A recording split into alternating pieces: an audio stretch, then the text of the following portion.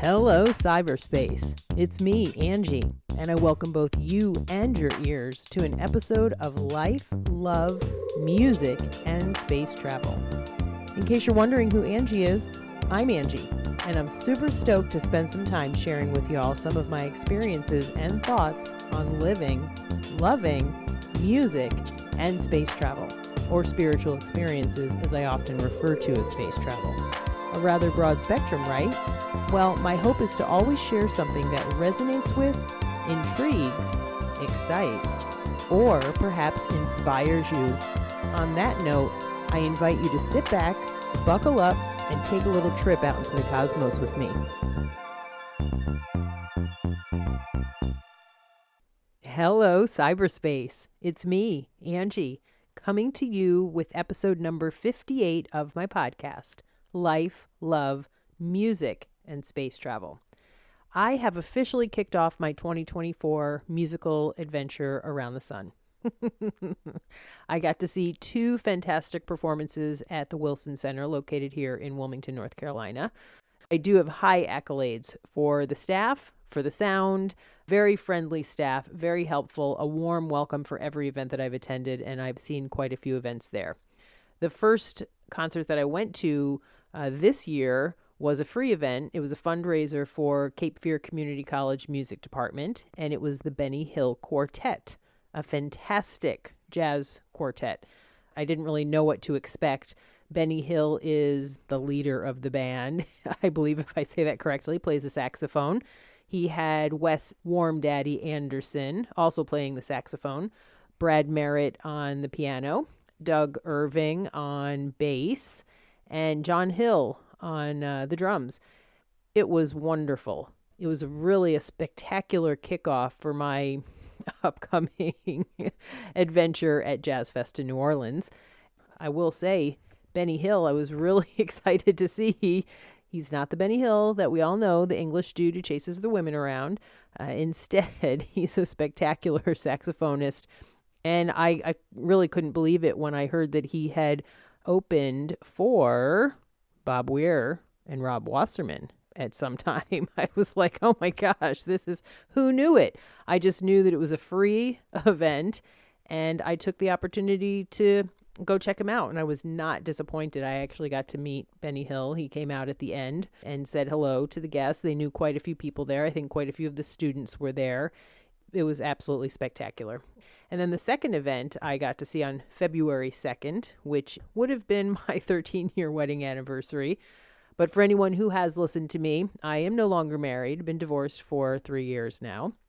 And so last year what I did was I decided to make a new memory, and I went to a concert. I saw Bob Weir and the Wolf Brothers in Charleston, South Carolina. It was also a fantastic performance. It was a great way to kind of change a memory to a certain extent, or make new memories, not get rid of ones. I don't want to change anything in my past. I'm grateful for everything that's happened. But this year, I wasn't really sure what I was going to do because the person I ended up seeing was actually sold out.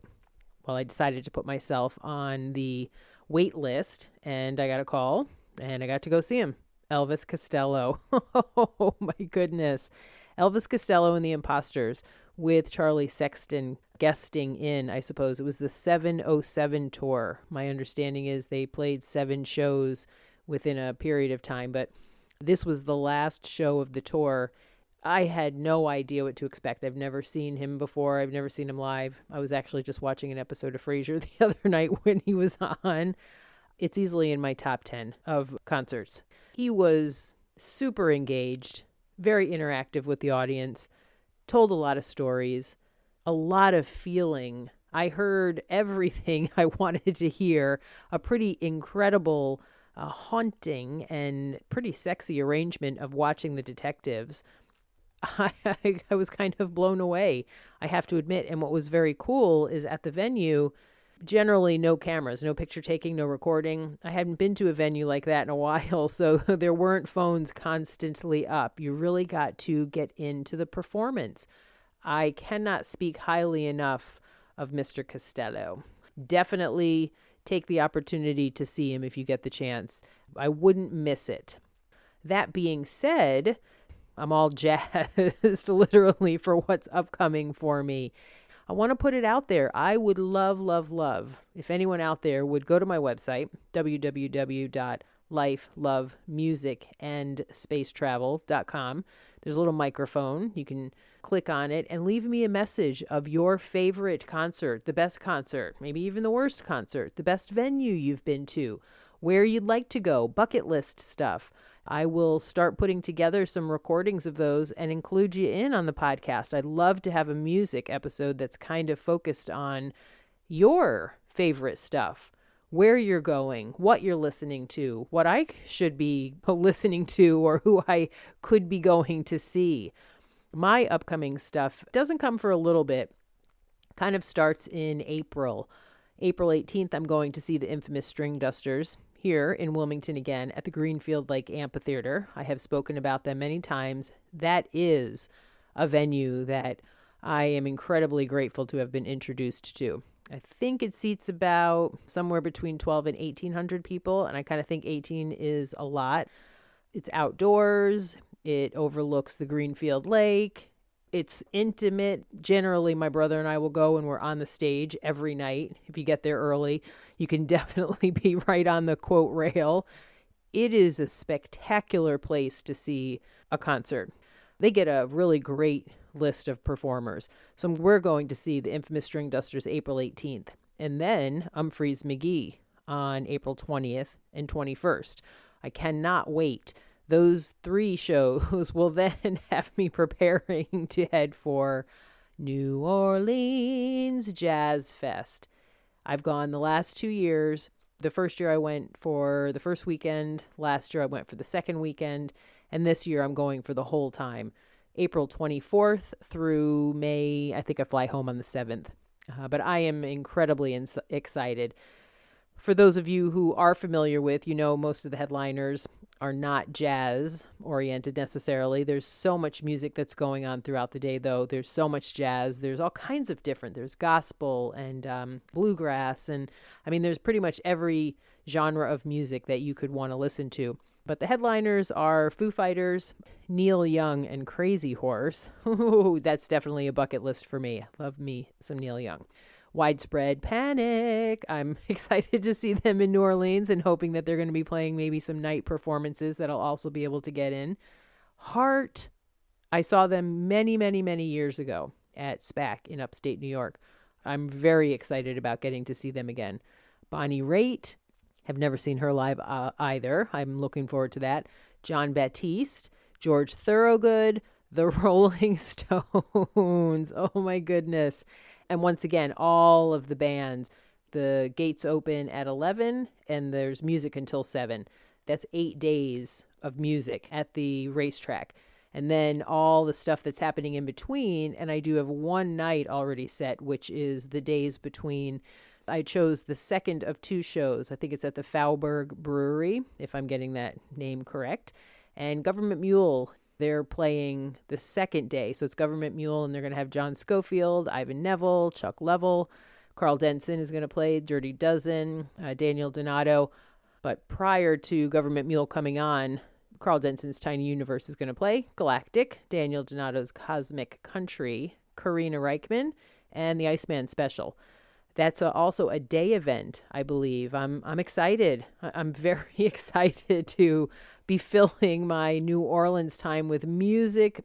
I can't wait to see who else is playing the night stuff, and I'm just planning on immersing myself in it. That brings me back, as mentioned, on May 7th.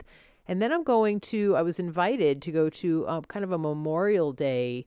It's called a music reunion. It's not considered a festival. You can only either get invited or people have been going for many, many, many years. I'm not exactly sure where the location is. No photos, no recording devices, no social media posting. Just a few days of really, once again, immersing myself in music. A friend invited me. I get to volunteer and I do my part. It takes a lot to put on an event like that, and I think it's all put on by volunteers. I'm super excited for that. Camping, a whole different experience for me, a kind of a secret and secluded festival. I'll definitely be talking about it within reason when I come back to let you know how that went. I don't know any of the musicians. I'm not sure there's any big names, but there's people who've been coming for years, and my friend tells me that it's quite an event to attend. And then that brings me up to June 6th and 7th. For anyone who's a Grateful Dead fan, I'm a Grateful Dead fan. Or anyone who's listened before, I am a Grateful Dead fan. And the many incarnations, the latest being Dead and Company. And of course, they claim to have finished off their run, but they are coming back for a stint at the Sphere, the new venue in Las Vegas. And I thought about passing it by, but I figured, you know what? I love Bob Weir. I'm very much looking forward to, yes, I am attending June 6th, which is actually going to be my 22 years no drinking. So I figured what better way to celebrate. And I got June 6th and June 7th. I did get floor general admission, but I'm hoping maybe to get the 8th, which will be the Saturday show, and get a seat. I'm excited about the Sphere venue, and I'm thinking that actually having a seat could give me a well-rounded experience. I mean, I do know I'm there to see the band, but the venue itself looks pretty spectacular. So that's just getting me through really just the month of April, May, and then a little bit of June. I'm thinking there's a possibility that I may get to Colorado for Red Rocks, 3 nights of Widespread Panic. And then I'm not really too sure. I kind of think I'm heading up to upstate New York for I think it's my 35th high school anniversary, August 24th or so. And I'm wondering what's going to be going on at SPAC or any of the local venues around there, what bands might be playing in that part of the world when I'm there. Some people want to travel the world for food or maybe the geographical attractions, and I love those things too, but I kind of think my deal is traveling around and following music, seeing all of my favorite bands in different parts of the world. I did a meditation today, and it kind of brought up what are my goals and what are my desires, and what is it that I would like to possibly be doing for work, incorporating a work life into my play life. I don't know, but it just seems that traveling the world for music is definitely something that's pretty appealing to me. I'm also very excited about getting to the Asheville area. I'm not really sure what's going to be going on there this summer, but Billy Strings just played this weekend, I think, and I have yet to see him. The wonder that is Billy Strings and his band. But I'm excited about getting up there. They have a really spectacular music scene also. Anywho, I feel like I'm talking a mile a minute. I'm loving the idea of music, live music. It's kind of been a long winter here in Carolina, surprisingly. And I'm definitely feeling pretty jazzed about putting on some shorts and a t-shirt and going out and rocking out. Once again, I know I'm repeating myself, but please check out my website or my Facebook page for Life, Love, Music, and Space Travel, or my Instagram page. And I would love to really start hearing from people about music. I love it all. Life, love, music, space travel, whatever that means to you. Fill me in, but I'm definitely open to hearing about all y'all's musical adventures. I think that's it. As always, I appreciate you listening. I look forward to letting you all know about how the performances went. For anyone who might not be able to get to a concert, I like to think that you could possibly vicariously experience it through my sharing. And that's kind of the purpose of this podcast also, being able to share with others, maybe bring the experience a little bit closer to you. As always, thanks for listening, and I'll talk to you soon. Bye. So we've reached the end of today's episode. Thanks so very much for listening. It's now time to reconnect to planet Earth and all that comes with living on the blue ball. I'd love to hear your ideas for future episode topics, along with any and all positive and or constructive feedback. Please feel free to contact me at ashyisbadass@gmail.com. Thanks again for spending some time with me and allowing me to share myself with you. Until next time, please be gentle with yourselves, be kind to animals, and do all you can to allow your authentic selves to shine brightly.